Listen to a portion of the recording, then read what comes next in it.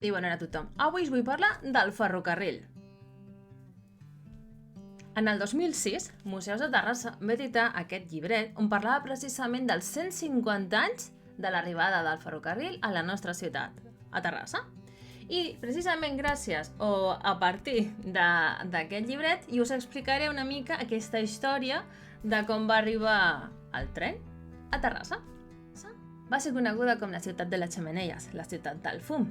Hem de tenir present que tota la indústria tèxtil llanera, la més generalitzada a Terrassa, va tenir una expansió molt vinculada amb el tren.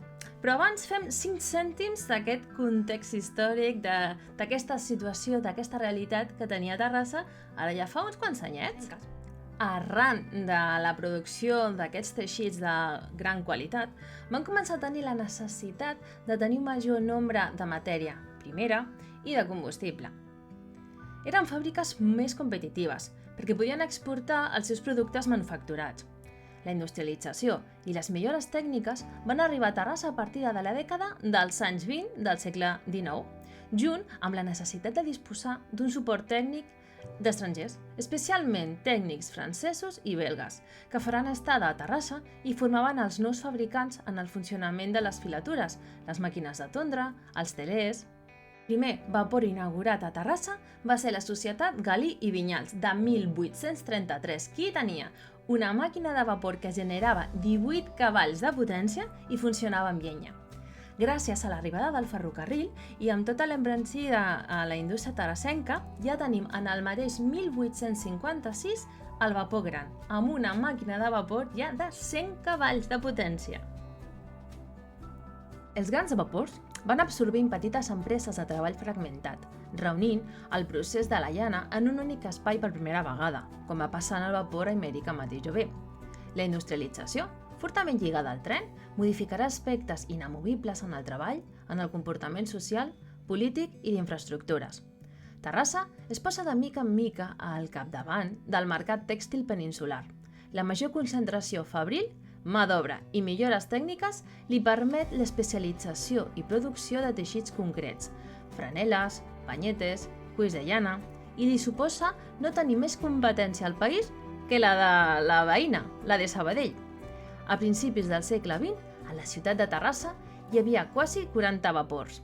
De març de 1856 és una data molt important en el posterior desenvolupament de la ciutat de Terrassa. És la inauguració del ferrocarril del Nord, un diumenge de Rams, a les 10 del matí. Una gran multitud de gent esperava festivament la seva arribada.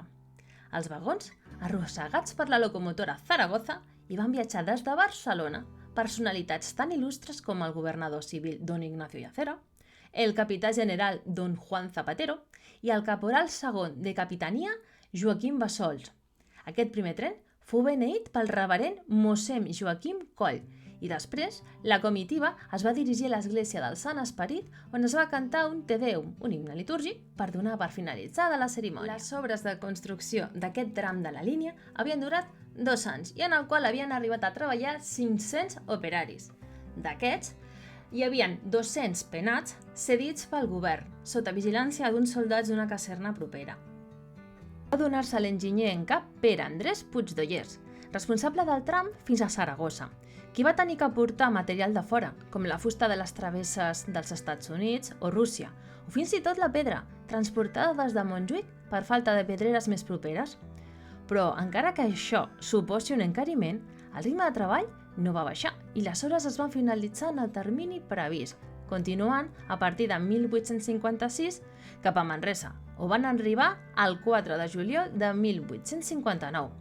És un pas més en la connexió de Terrassa amb l'exterior, ja que la carretera que unia Terrassa amb Barcelona, anterior al mateix tren, finalitzava a la nostra ciutat. L'arquitectura d'aquesta primera estació construïda en aquest indret nord de la vila en sabem molt poques coses. Sabem que era un edifici senzill, de petites dimensions, aïllat, d'un sol cos amb 2 pisos, decorat amb estuc, seguint l'estètica classicitzant. L'entrada principal estava en el carrer del Nord i tenia un frontó triangular, a l'alçada del primer pis, que encerclava l'edifici, coronat amb una teulada de 4 aigües i uns grans finestrals arrodonits que il·luminaven l'interior. A més de l'edifici central, tenia altres espais per guardar vagons, un dipòsit elevat d'aigua, magatzem i possibilitat de fer canvi de dia. L'any 1901 s'enderroca i és substituït per l'edifici que tenim actualment. Aquest segueix la tipologia seriada de la Companyia de Ferrocarriles del Norte, similar a la resta d'estacions d'altres poblacions. És un model d'edificis de grans dimensions, classicitzants, i on es prioritza l'ús sobre l'estètica. Es comença la construcció l'any 1899, però la inauguració és possiblement de l'any 1900. Avui només veiem el cos central, destinat a la venda de bitllets, despatxos i sala d'espera. Els altres espais, desapareguts, es destinaven a serveis ferroviaris i al manteniment i a les cotxeres. La façana simulava carreus amb estuc i de la coberta encara es conserva el carener de ferro forjat. Ha desaparegut, però, la marquesina de ferro amb columnes a la part posterior i tampoc podem veure al lloc original el rètol modernista amb el nom de la població. L'única andana que hi havia acollia 4 trens diaris, 2 al matí i 2 a la tarda, que s'anunciaven a la població mitjançant les campanes de la torre del rellotge un quart o mitja hora abans de la sortida. L'altre gran moment de Terrassa, i és l'arribada de l'altre ferrocarril. A veure, contextualitzem una miqueta. El 23 de juny de 1863 es va inaugurar el ferrocarril que, partint de la plaça de Catalunya de Barcelona, arribava a les viles llavors independents de Gràcia, Sant Gervasi i Sarrià. La Societat Ferrocarril de Sarrià, a Barcelona, va utilitzar locomotores de vapor fins al 1905, any en què la línia es va electrificar, al mateix temps que la seva amplada de via es va estrènyer, moment en què petits tramvies elèctrics van substituir les locomotores a vapor. L'expansió de l'electrificació va comportar el perllongament de l'antic tren de Sarrià cap a la comarca del Vallès Occidental mitjançant un ferrocarril elèctric. Aquest ferrocarril, ja des dels seus començaments del segle XIX, va ser dissenyat per a transportar principalment persones.